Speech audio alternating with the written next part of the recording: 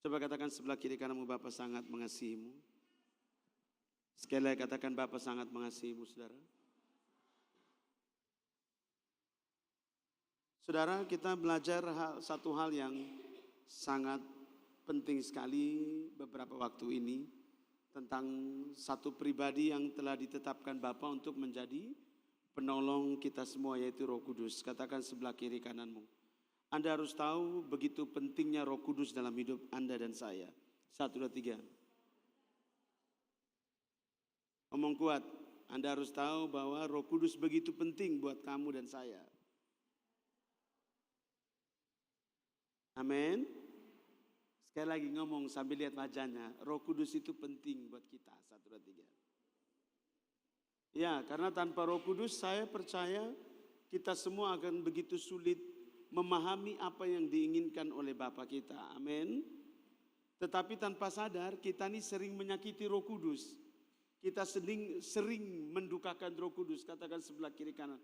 Tanpa kita sadar, sikap kita, tingkah laku kita itu sering mendukakan Roh Kudus, sering mendustai Roh Kudus, bahkan sering menghujat Roh Kudus. 1, 2, 3. Mendukakan, mendustai, menghujat. 1, 2, 3. Ya. Di satu sisi kita semua butuh Roh Kudus, tidak? Tapi di sisi lain kita menghujat dia, kita mendukakan dia, kita mendustai dia tanpa kita sadar. Sikap tingkah laku kita ini sering sekali mendukakan Roh Kudus, mendustai Roh Kudus, bahkan sampai pada tingkatan yang paling tinggi itu apa? Menghujat Roh Kudus. Karena efeknya ada apa? Anda memiliki apa? Dosa kekal, yaitu dosamu tidak akan diampuni. Karena menghujat Roh Kudus, kata Alkitab. Anda belajar minggu lalu tentang 1-2 orang, Ananias dan Safira. Bagaimana mereka mendustai Roh Kudus, efeknya adalah mati. Katakan sebelah kiri kanan. Hanya mendustai Roh Kudus mati, kakak. 1, 2, 3. Iya. Jangan bilang hanya, mendustai Roh Kudus mati. 1, 2, 3. Iya, pasti pikirannya kan juga bagus. Ini uang beta untuk beta anak sekolah, mungkin ada kebutuhan yang lain. Yang sisa nih yang beta kasih buat Rasul Petrus doa begitu. Dompung tujuan juga manusiawi, Kak. Tetapi bagi Bapa tidak seperti itu. Apa yang kau terima kau harus bagikan sama rata dengan semua orang. Karena hukum yang dibawa kepada murid-murid itu dahsyat sekali. Milikmu adalah milik kita bersama. Kasih tahu sebelah kiri kanan. Jadi tidak ada untuk kepentingan diri sendiri. 1, 2, 3. Iya, benar-benar mereka berbagi hidup. Hari ini saudaraku kita mau belajar tentang bagaimana kondisi seseorang, hati dia ini benar-benar dikuasai oleh Roh Kudus atau tidak. Lihat. Atau kita masih sampai pada titik ada contoh pribadi yang kedua, yaitu yang menghujat Roh Kudus dengan caranya. Buka Kisah Rasul pasal 8. Kalau minggu lalu mendustai Roh Kudus atau menghujat Roh Kudus itu dengan cara dia tidak jujur. Sekarang dia menghujat Roh Kudus dengan satu posisi yang salah. Ini ada satu kisah tentang seorang yang bernama Simon. Simon bukan Simon Petrus, tapi Simon seorang penyihir. Katakan sebelah kiri kanan. Simon bukan Simon Petrus, tapi Simon seorang penyihir. Kita baca ayat yang ke-9 sampai nanti ayat yang ke-24. 2, 3. Seorang yang bernama Simon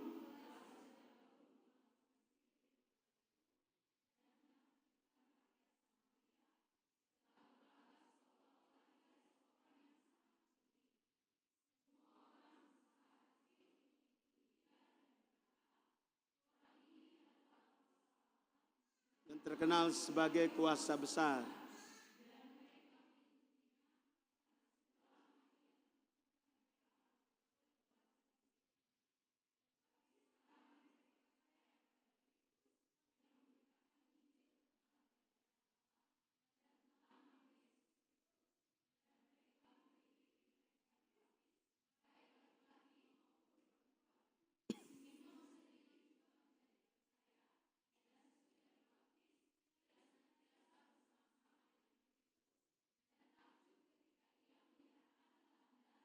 dan mujizat-mujizat besar yang terjadi.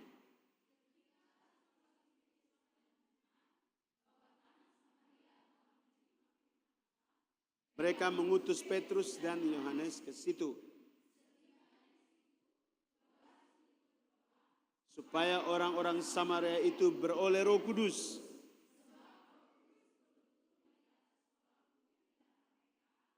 Karena mereka hanya dibaptis dalam nama Tuhan Yesus.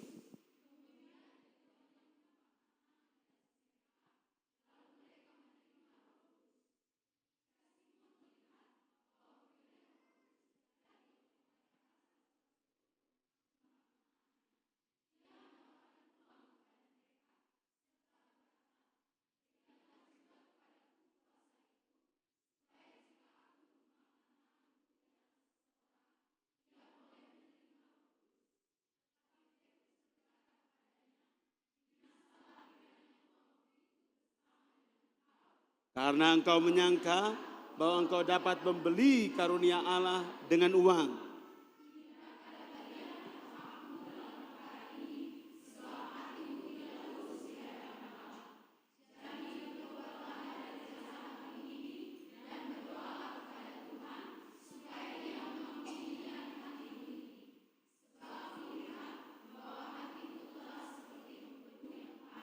Dan terjerat dalam kejahatan.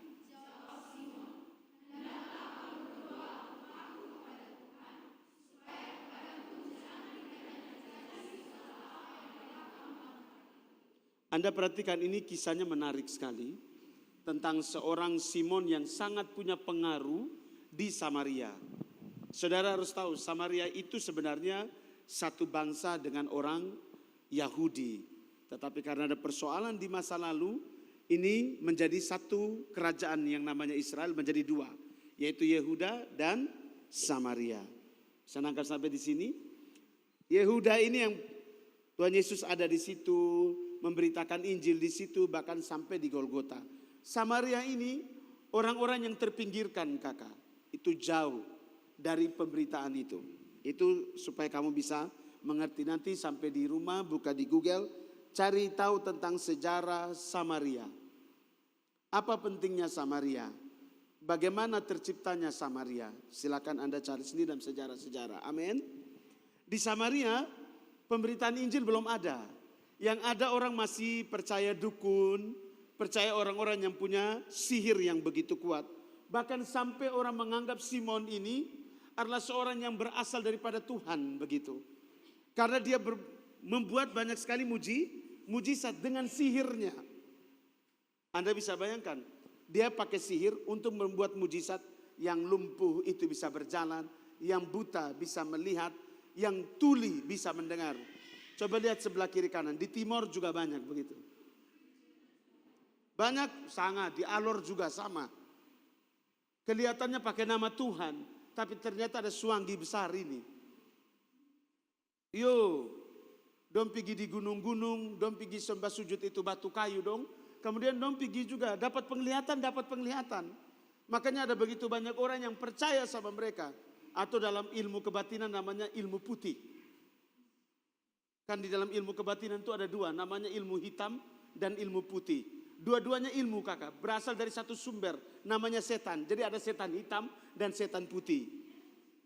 Nah Simon ini kakak, dia itu setan putih. Karena dia pakai dia pun ilmu itu untuk hal-hal kebaikan, tanda kutip. Makanya orang di Samaria menganggap dia ini adalah utusan Tuhan. Dia ini dipakai oleh Tuhan. Begitu saudara. Coba lihat sebelah kiri kanan. Banyak di antara kita model begitu, coba lihat. Iya toh? Tidak pernah berdoa tiba-tiba dapat penglihatan. Ini tidak pernah berdoa nih. Weh, beta nih dapat lihat.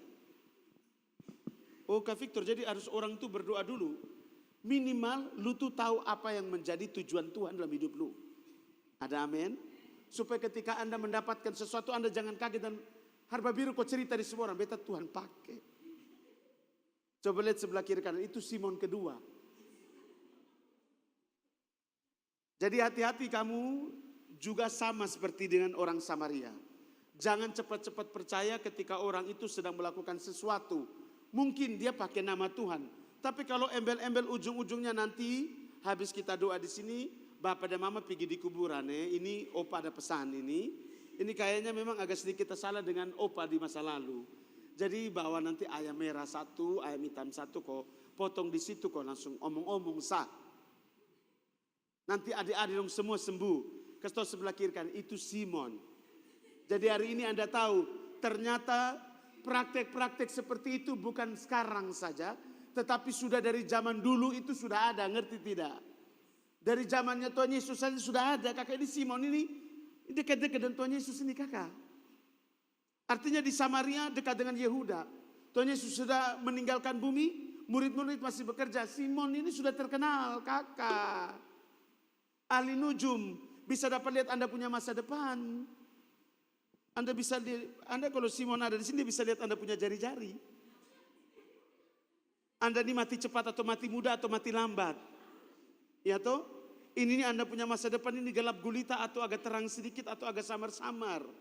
Anda pun jodoh ini dekat atau jauh. Anda pun jodoh ini Turki atau Venezuela. Coba lihat sebelah kiri kananmu. Simon, 1, 2, 3. Terlalu banyak Simon. Apalagi kalau kamu sudah anak Tuhan tapi masih percaya zodiak. Siapa sini masih lihat-lihat zodiak, sedikit-sedikit zodiak? Lu dari mana? Saya Gemini. Oh, Gemini itu paling cocoknya dengan Leo. Dia tidak cocok dengan Aquarius. Coba lihat sebelah kiri kanan. Emangnya lu pun jodoh ini ditentukan oleh lu punya Leo dengan Aquarius. Kau 1, 2, 3. Kasih tahu itu juga Simon. 1, 2, 3. Jadi Anda lihat Simon sangat terkenal. Dia ahli nujum. Dia bisa buat segala macam hal kakak. Gila dahsyat sekali. Ini Simon ini. Tetapi Simon yang begitu dahsyat down ketika dia lihat Filipus. Seorang rasul, seorang muridnya Tuhan Yesus. Bapak ya saya ini kakak. Gila. Dia punya mujizat juga 2 kali lipat lebih dahsyat daripada Simon. Itu yang membuat Simon itu terpesona dan terpana. Kok ada yang lebih jago dari beta? Dan dia tidak minta apa-apa. Dia tidak mau dipuji juga. Ini Filipus ini begitu luar biasa.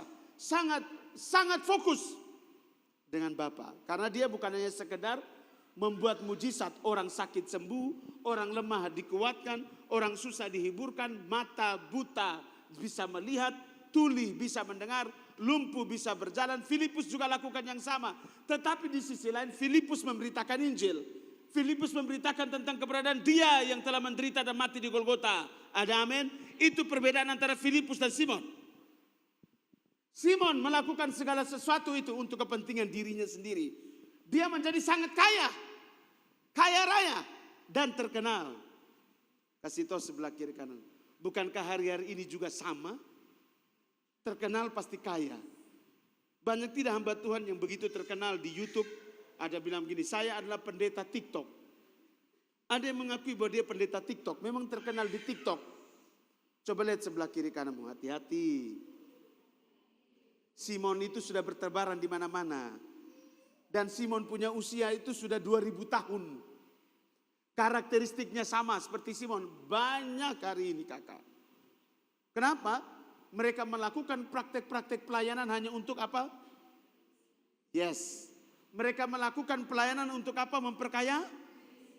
Mereka melakukan praktek pelayanan supaya mereka untuk menjadi apa? Semua orang tahu ini Simon kakak. Tapi Filipus ini diam 1000 bahasa. Tapi dia melakukan banyak hal. Tidak terkenal, tidak dikenal tapi terkenal.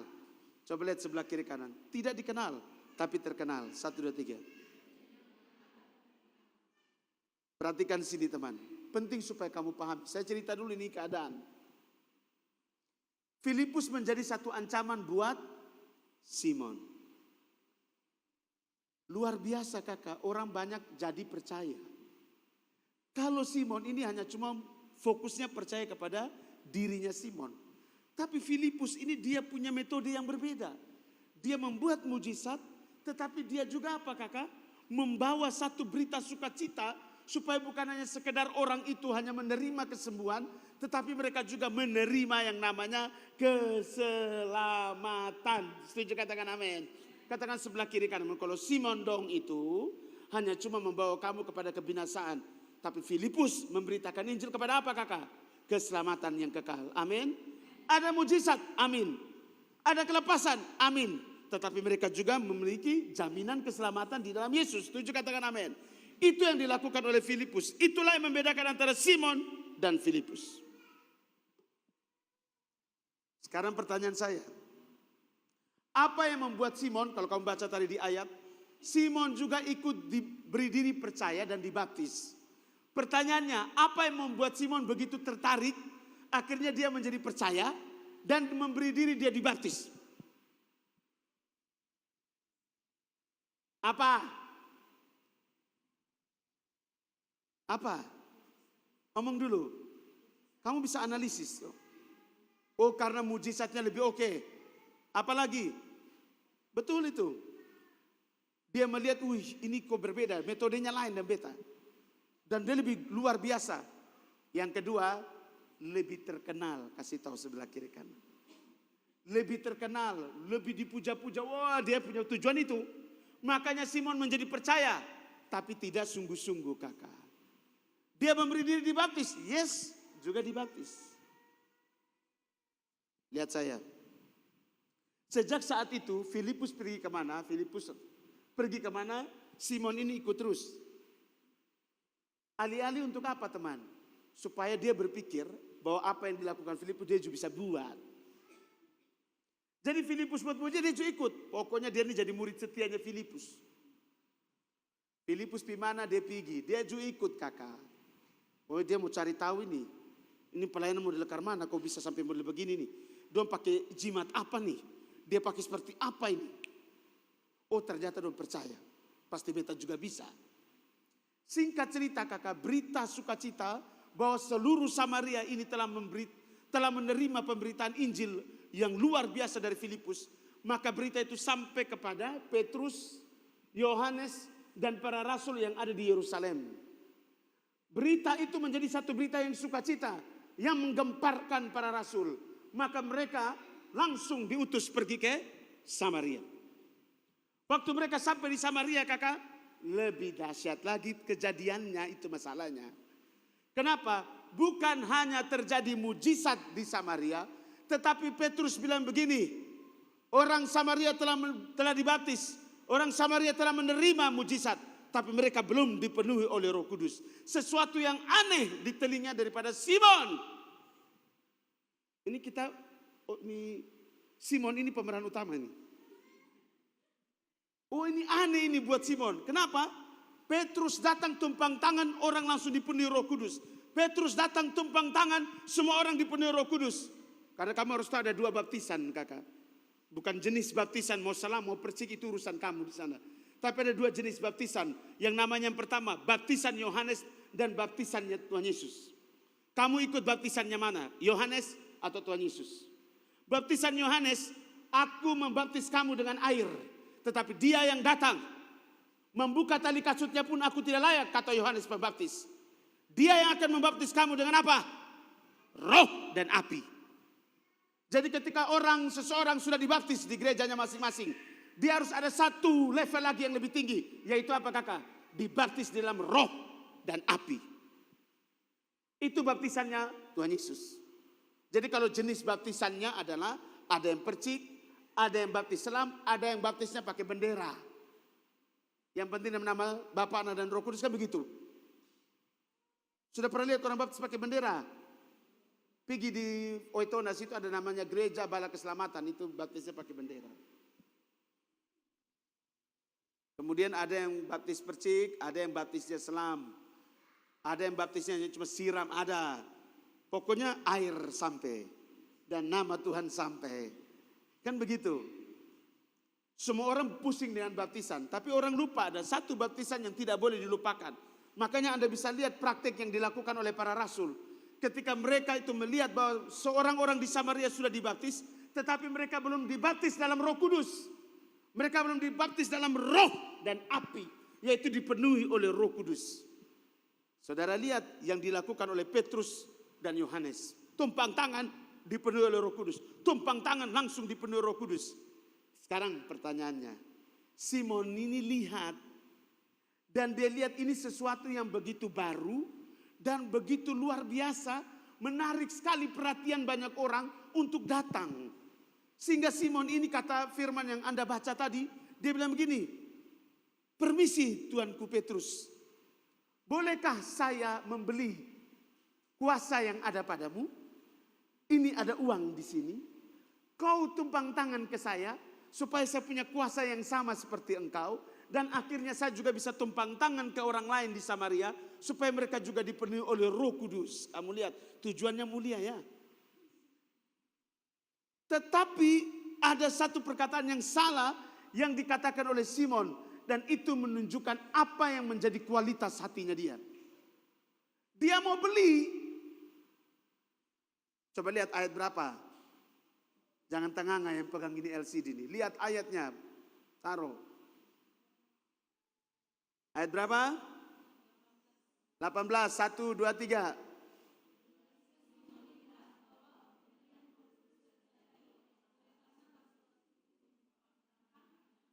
Iya. Kuat, 1, 2, 3. Ketika Simon melihat bahwa pemberian Roh Kudus, oleh karena rasul-rasul itu menumpangkan tangannya, ia apa? Ia menawarkan uang. Tujuannya untuk apa? Ayat 19, coba lihat. 2, 3. Serta berkata, berikanlah juga kepadaku kuasa itu. Ia apa? Saudara bisa lihat, ini dia mau beli Roh Kudus, kakak. Dia mau beli Roh Kudus. Itu penghujatan kepada Roh Kudus. Anda pikir Roh Kudus itu apa? Sehingga Anda bisa mau pakai uang Anda untuk membeli itu barang. Coba lihat sebelah kiri kanan. Menghujat Roh Kudus. 1, 2, 3. Jadi hati-hati. Kalau Anda belum dipakai Tuhan, kalau Anda belum mendapatkan kasih karunia, sudah bersabar, semua indah pada waktunya. Setuju, katakan amin. Bukan tipu-tipu orang. Kan banyak hamba Tuhan di Kupang ini kan tipu. Belum ada penglihatan, dibilang ada penglihatan. Tuhan belum bicara, bilang Tuhan sudah bicara. Sehingga kebanyakan salah. Ada banyak di Kupang, banyak sekali. Makanya banyak orang tuh begini. Suka datang uji-uji ini hamba Tuhan. Dia sengaja datang bilang sakit di sini lah. Padahal sudah ada sakit. Nanti hamba Tuhan bilang gini, oh ini nih karena penyakit ini nih. Ini nih karena keturunannya begini. Ini orang pulang dia ketawa perut sakit. Kenapa? Dia mencoba ini hamba Tuhan. Ay bahaya. Karena dia kenapa mencoba ini hamba Tuhan? Karena ini hamba Tuhan juga tukang tipu. Coba lihat sebelah kiri kanan. Hati-hati loh. Jangan paksakan Tuhan kalau Bapa belum mempercayakan kamu sesuatu, tanda kutip. Kalau belum waktunya, mencari dia sampai dapat. Setuju, katakan amin. Bukan menipu orang supaya orang tahu bahwa Anda ini juga hamba Tuhan. Tidak boleh. Santai saja. Doa terus. Belajar terus. Sampai Anda penuh dengan pengertian. Supaya Anda melakukan itu dengan benar. Setuju, katakan amin. Dan pada akhirnya Anda diperlengkapi semua dengan kuasa, otoritas, Roh Kudus memenuhi kamu. Secara otomatis itu pasti. Tapi Simon ini kakak, dia menghujat Roh Kudus. Dia ambil jalan pintas. Dia pakai dia uang kakak. Dia pikir dia uang ini bisa beli Roh Kudus. Kasih tahu Roh Kudus tidak bisa dibeli dengan uang. Roh Kudus bisa kau dapatkan dengan hati yang tulus. 1, 2, 3. Bukan dengan uang. 1, 2, 3. Roh Kudus bisa memenuhi itu orang Samaria karena apa? Ada pertobatan yang sungguh. Setuju, katakan amin. Makanya Petrus, Yohanes datang tumpang tangan. Mereka dipenuhi Roh Kudus. Orang Samaria. Beda dengan Simon. Dia juga orang Samaria. Tapi hatinya seperti kata firman tadi. Coba lihat. Apa posisi hatinya Simon? Ayat berapa? 21, 2, 3.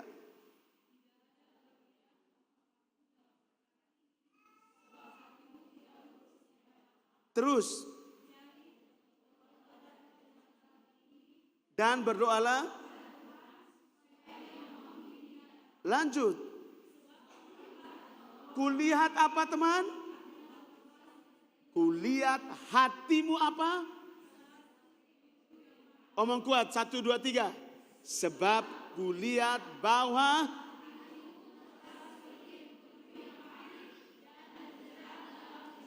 sekali lagi, 1, 2, 3. Sebab kulihat bahwa hatimu telah.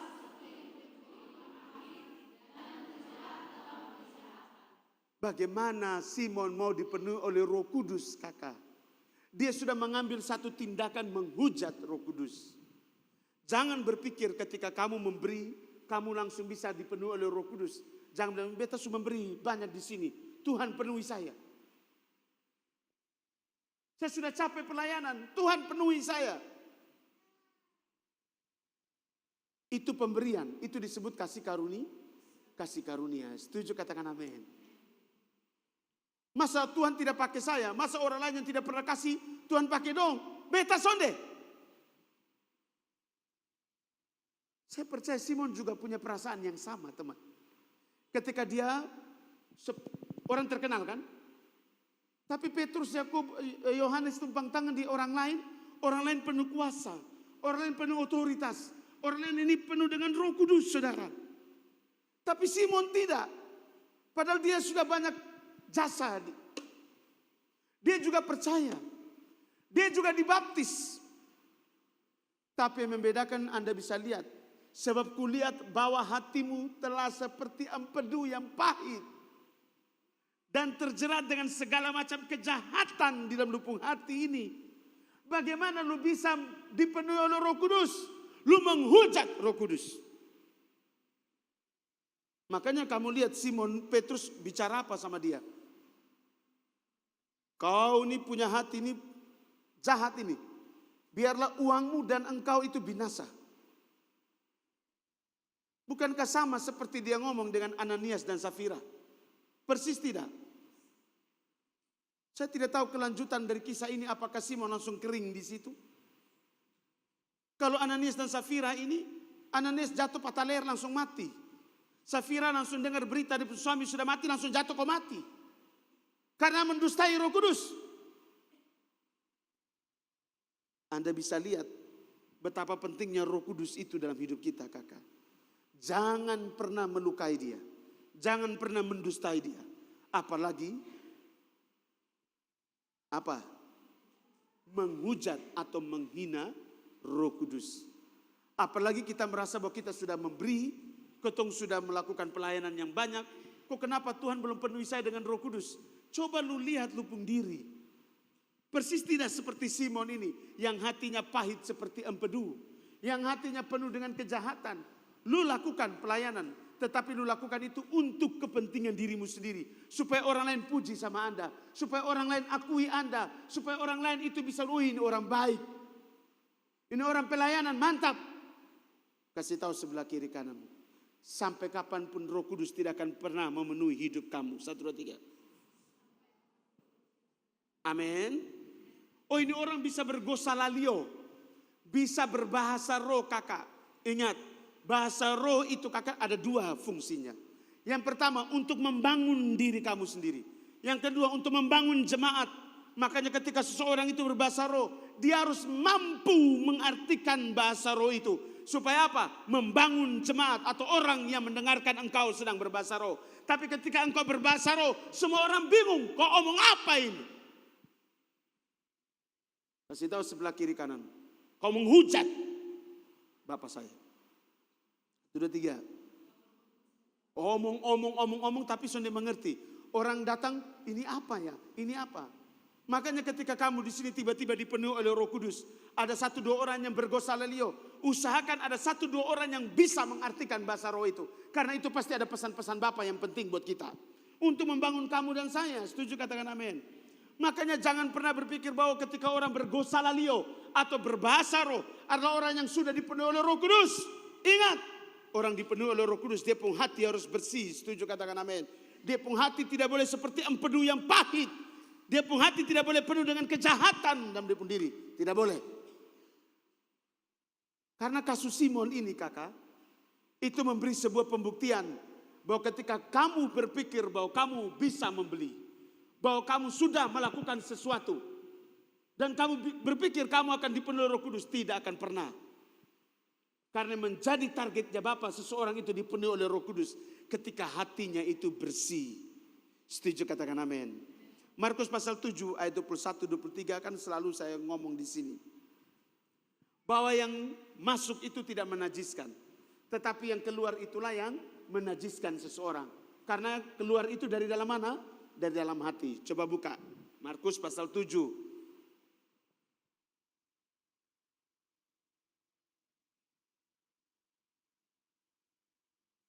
Ayat yang ke-20 sampai dengan ayat yang ke-23. 2, 3. Itulah yang menajiskannya. Ulang sekali lagi. 1, 2, 3.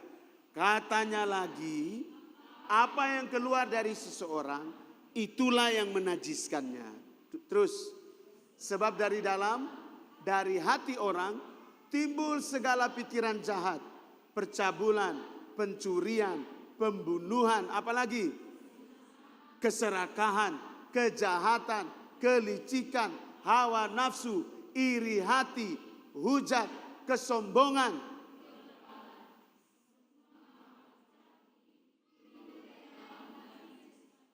Bagaimana Roh Kudus mau hidup di dalam kamu? Bagaimana Roh Kudus mau hidup di dalam ini? Simon ini, dia pun hati seperti empedu, pahit, penuh dengan kejahatan. Hatinya seperti Markus pasal 7 ayat 20-23 kakak. Dan itu yang menajiskan ini Simon. Dan dia tidak layak untuk menerima Roh Kudus. Itu juga berlaku buat kamu dan saya hari ini di sini. Jangan pernah mengukur seseorang itu atau kamu mau dipenuhi oleh Roh Kudus ketika kamu harus capek angkat ini speaker, kamu capek harus pelayanan main musik di sini, song leader, singer, kamu harus pergi pelayanan di sana dan di sini. Hasil itu kamu bilang, saya sudah capek Tuhan, penuhi saya. Tidak bisa. Atau Kak Victor mau pergi pelayanan di mana? Ini ada uang, kasih terus, dampingi Kak Victor jalan terus, pergi pelayanan kiri kanan, uang keluar terus. Dia berpikir supaya dia sama seperti saya misalnya. Atau dia berpikir supaya dia juga punya otoritas, dia juga punya kuasa, dia juga dipenuhi oleh Roh Kudus. Kasih tahu sebelah kiri kanan, bersihkan hati. Kadang-kadang bilang begini, lihat saya, beta mau ke itu hamba Tuhan. Ini hamba Tuhan kalau khotbah, merinding.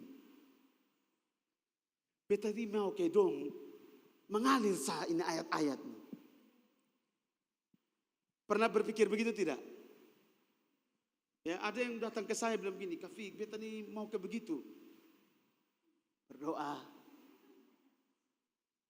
Kalau lu mau jadi saya, tidak bisa.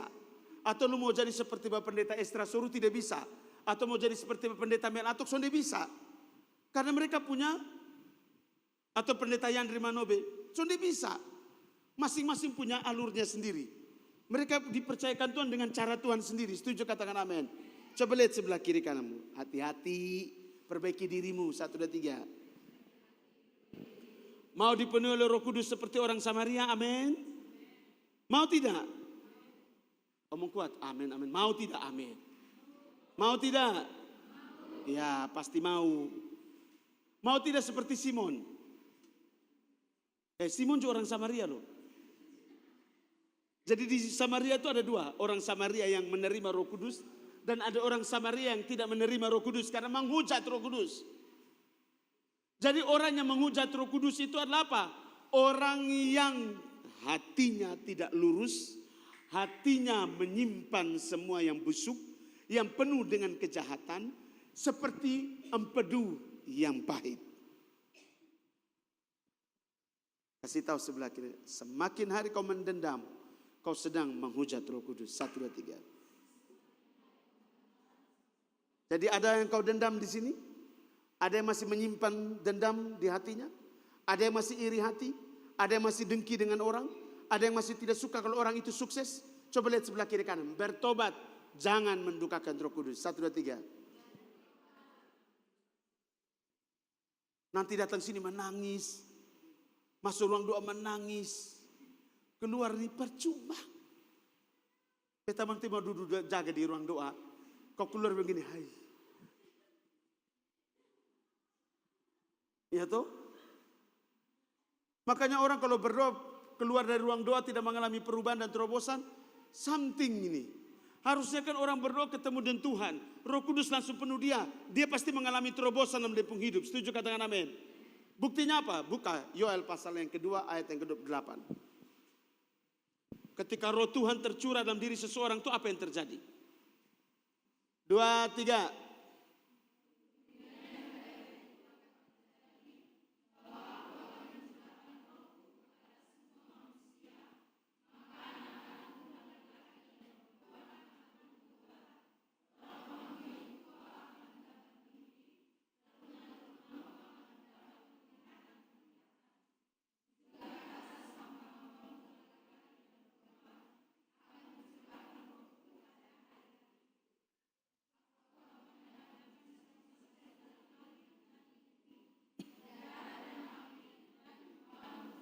Kamu lihat.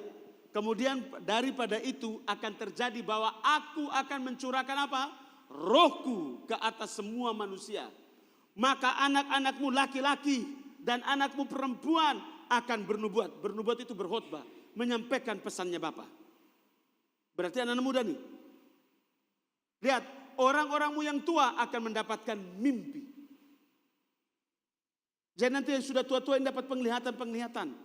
Dapat mimpi-mimpi. Teruna-terunamu akan mendapat penglihatan. Teruna muda-muda dapat penglihatan. Kalau yang tua-tua dapat mimpi. Jadi yang suka dapat mimpi-mimpi su tua. Karena Alkitab bilang yang dapat mimpi orang tua-tua. Yang dapat penglihatan, yang bisa bernubuat itu anak-anakmu laki-laki dan anak-anakmu perempuan. Kemudian taruna-tarunamu masih muda-muda belia sudah dapat penglihatan. Oh, Kak Victor, ke kiri Kak Victor. Ke kanan Kak Victor. Oh, dulu begitu kita. Dahsyat sekali. Dan saya percaya kita akan memulainya lagi. Ya, makanya perlengkapi hati kamu. Buatlah hatimu itu bersih di hadapan Bapa. Setuju, katakan amin. Berjuang supaya ketika rohnya turun, rohnya tercurah di atas muka bumi ini, menjamah setiap anak manusia, kamu dan saya pun termasuk di dalamnya. Ada amin. Jangan hanya cuma lihat, wih itu anak bisa dipenuhi oleh Roh Kudus. Wih dia bisa berkhotbah padahal di umur di bawah beta. Padahal sebenarnya beta juga bisa. Anda juga bisa. Setuju, katakan amin. Tidak ada yang mustahil. Kalau hatimu kamu siap. Tidak ada kejahatan, tidak ada iri hati, kedengkian, tidak ada. Lihat ayat 9. 2, 3. Juga ke atas hamba-hambamu laki-laki dan perempuan akan kucurahkan. Ayat 30.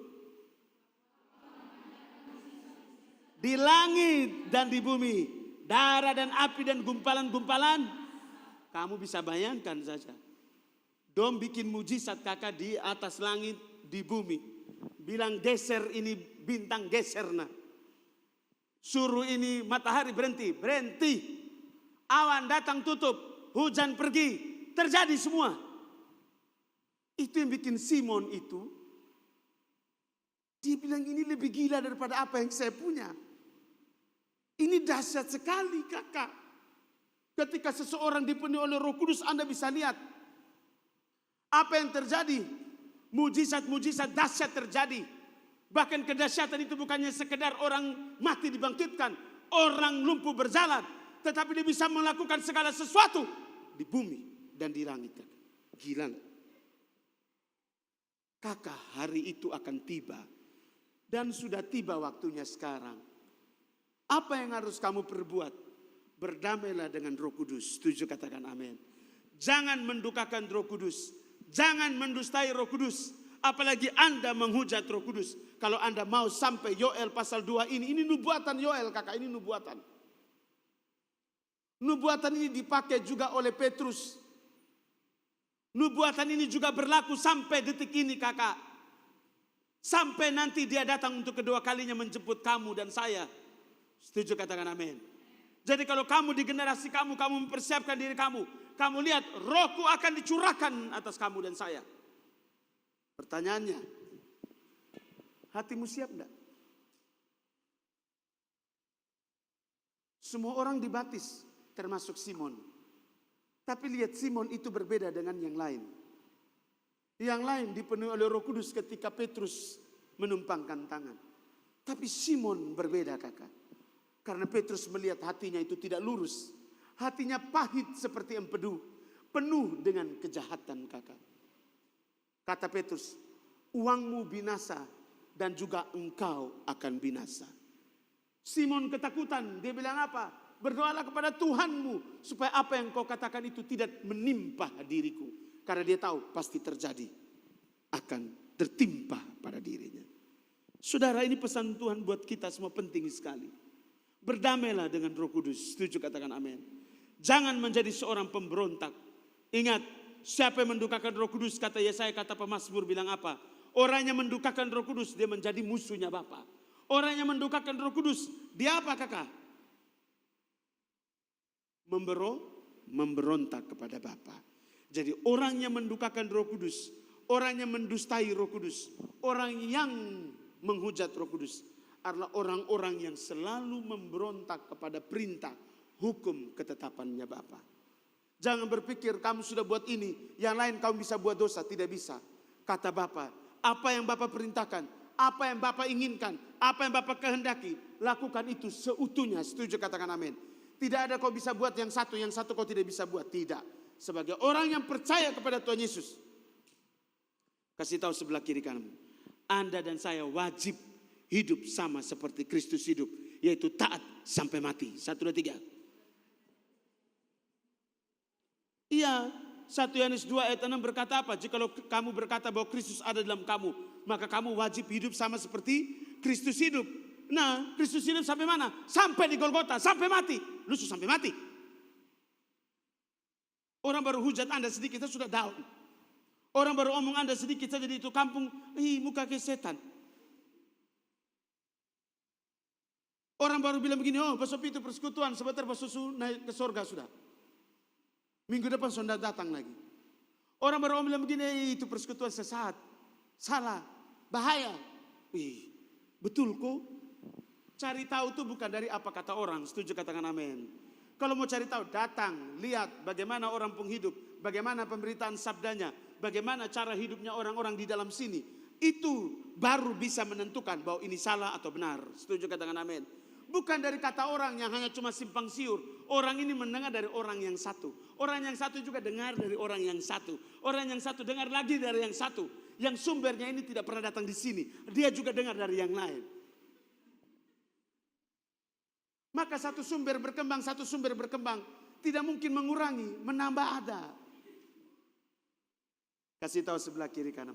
Oleh karena itu mulai dari sekarang, belajar untuk berdamai dengan Roh Kudus. Supaya Anda tidak menjadi pribadi yang memberontak kepada Bapa. 1, 2, 3. Amin. Iya, supaya Yoel pasal 2 tergenapi atas hidupmu dan hidupku. Kamu harus dipenuhi oleh Roh Kudus, saudara. Bukannya sekedar aktif pelayanan, tapi tidak dipenuhi oleh Roh Kudus. Kalau kamu sampai hari ini belum dipenuhi oleh Roh Kudus secara full, secara maksimal dalam diri kamu. Coba lihat kata 1 Korintus berkata, cobalah selidikilah hatimu. Cobalah lihat dirimu. Apakah benar ada Yesus dalam hidup kamu? Apakah benar ada Kristus dalam kamu? Artinya apa ketika Kristus hidup dalam kita? Kita bukan lagi kita, melainkan Kristus yang hidup dalam kita. Artinya apa? Kita tidak lagi hidup menurut apa yang kita mau. Tidak lagi berjalan sesuai dengan apa yang kita pikirkan itu baik. Tapi sesuai dengan apa yang Bapak inginkan. Setuju, katakan amin. Mari berdamai dengan Roh Kudus. Jangan menghujat dia, jalan terus. Saya mau khotbah yang lain, tapi Roh Kudus terus bilang, pokoknya jangan hujat saya. Berarti kita ini terlalu banyak menghujat. Coba lihat sebelah kiri kanan, stop sudah. Omong kuat. Stop menghujat, stop mendukakan, stop mendustai Roh Kudus. Anda ini bisa datang persekutuan, tapi tipu lebih banyak. Sibuk inilah, bikin inilah, karena inilah, bilang ada acara inilah, bikin itulah. Coba lihat sebelah kiri kan, hai munafik. Omong kuat. Pas bisa berdoa, tapi lebih mengutamakan teman. Padahal hati ini Roh Kudus bilang gini, berdoa Fani, berdoa Fani. Tapi ada kawan yang datang ke mana, Fani pilih siapa? Bapa, engkau Allah yang mengerti dan peduli. Saya layani dulu ini layani itu kebablasan, soalnya doa lain. Masuk rumah semalam, kemudian menghadap di mesbahnya Tuhan berbingin, Tuhan, maaf ya.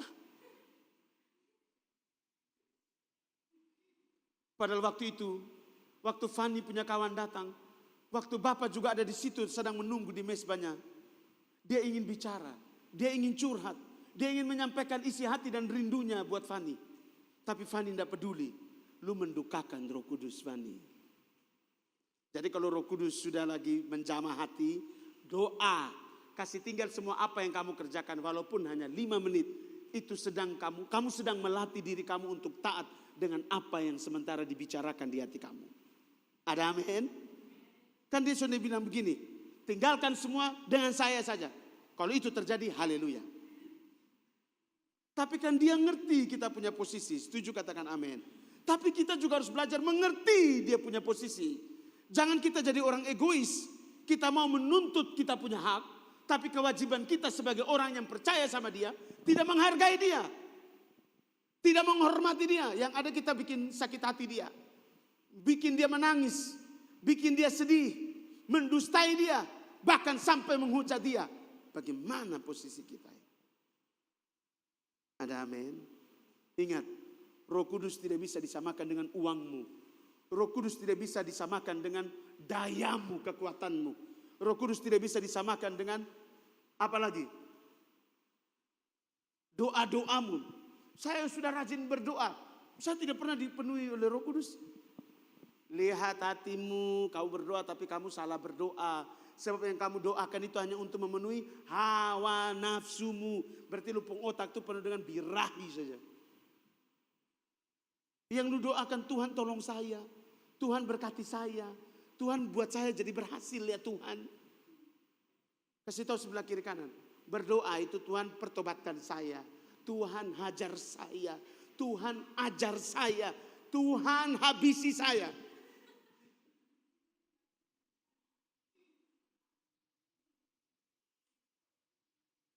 Saya percaya kita pun Tuhan harus bilang amin, sukacita dia. Kenapa? Anda sudah siap untuk dibabat habis. Anda sudah siap untuk diproses habis. Supaya Anda dimurnikan dan dimurnikan dan dimurnikan, keluar menjadi orang yang layak di hadapan dia. Setuju katakan amin. Itu yang diinginkan Bapak kita, kakak. Ayo please, berdamai dengan Roh Kudus. Berhenti sudah dengan kita punya dusta-dusta ini. Munafik-munafik ini. Stop sudah dengan ketong punya bikin hati sakit ini kita pun Bapak. Sedih terus. Kau pikir kita Bapak tidak sakit? Tidak nangis? Tidak kecewa? Hai kakak. Logika saja. Pencipta turun dalam rupa manusia. Merangkak ke Golgota. Tidak dianggap seperti binatang kakak. Sedih sekali. Dipukul, dicambuk. Hukum Yahudi 40 kurang 1 kali pukulan. Tapi ini yang dipakai hukum Romawi kakak. Tidak ada pakai hitungan. Dia punya ini, cambuk kakak, itu banyak mata kail. Sudah ada dia punya logam di depannya, kemudian ada mata-mata kail yang banyak, yang sekujur dia punya ini. 1 kali dia cambuk kakak, seluruh dia pun kulit dan isinya itu keluar. Begitu lagi kakak, dia disalibkan, itu bukan kamu lihat salib ini seperti salib biasa. Yang skap bagus-bagus, tidak ada. Yang Bapak kita pikul itu namanya patibulum. Patibulum itu yang dia punya horizontal. Yang dia punya vertikal itu kakak kayu kering. Itu kayu zaitun yang besar. Di situ. Habis itu palang dia. Jadi dia pikul ini patibulum ini setengah mati. Makanya Tuhan kirim namanya Simon dari Kirene. Nanti kita bahas tentang Simon Kirene ini. Seorang kulit hitam yang dipakai Tuhan. Kan orang dari Kirene dari Afrika. Pikul ini patibulum. Pikul ini salib. Bukan salib, patibulum yang horizontal. Kemudian dipaku. Posisi pakunya itu juga di belakang kakak. Jadi yang vertikalnya itu begini, yang horizontalnya di belakang. Jadi tubuhnya Tuhan Yesus itu kakak, itu dia yang sudah berdarah, yang sudah tercabik-cabik, itu harus bersentuhan dengan kulit kayu yang kasar. Jadi Anda bisa bayangkan dia menarik nafasnya seperti apa, dia mengeluarkan seperti apa, sakitnya seperti apa. Makanya itu dalam sejarah itu kakak, dia punya di belakang ini seperti sonder bolong. Lobang. Habis itu kau yang bilang kau percaya sama dia. Kau tidak melakukan apa yang dia perintahkan dan dia suruh. Itu sama saja kan kita membuang ludah. Ketika dia lagi kesakitan kita cuy. Karena ketidaktaatan kita kepada Bapa. Itu sama seperti kita membuang ludah di hadapan kita punya Bapa. Kan sedih hatinya. Makanya berdamai dengan Roh Kudus. Belajarlah memiliki hati yang lurus. Hati yang tulus. Hati yang tidak menyimpan dendam. Hati yang tidak menyimpan sakit hati. Karena itu tidak akan pernah menambah sesuatu dalam iman kamu dan saya. Setuju, katakan amin. Tinggalkan semua yang hanya menghambat kamu untuk Roh Kudus itu menjamah kamu. Tinggalkan semua. Belajar untuk keluarkan itu dari hidup kamu. Setuju, katakan amin. Lihat saya yang terakhir. Banyak orang ketika dijamah hamba Tuhan tumpang tangan, dia jatuh, dia merasa dipulihkan, tapi tidak lama. Dia mengalami itu tidak lama, betul tidak? Siapa sini suka ikut KPI atau KKR di lapangan Polda? Dan dia kalau orang suruh altar call, dia paling pertama pergi di depan. Siapa di sini mau terima Yesus? Maju. Siapa di sini mau menerima Roh Kudus? Maju semua. Pokoknya setiap kali ada satu hamba Tuhan yang bersaratan, dia pergi di depan. Tapi Anda lihat, apakah ada perubahan hidup? Padahal dia dijamah. Padahal dia juga mengalami sesuatu. Dia cuma nangis. Dia merasa seperti es yang turun. Dia merasa di hati penuh dengan damai sejahtera saat itu. Tapi berjalannya waktu, dia tidak mengalami terobosan. Dia tidak mengalami perubahan yang signifikan. Dia hanya cuma mengalami perubahan yang sedikit saja. Why? Kasih tahu. Bukan masalah hamba Tuhan tumpang tangan, Kak. Itu media yang Bapak pakai. Petrus dan Yohanes.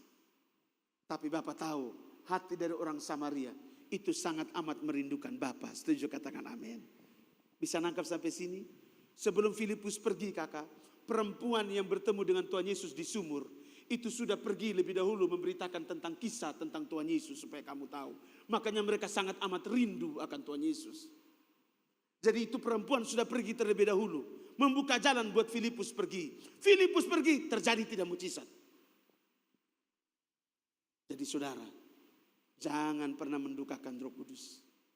Yoel 2 harus tergenapi dalam hidup kita masing-masing. Setuju, katakan amin. Mari tundukkan kepala.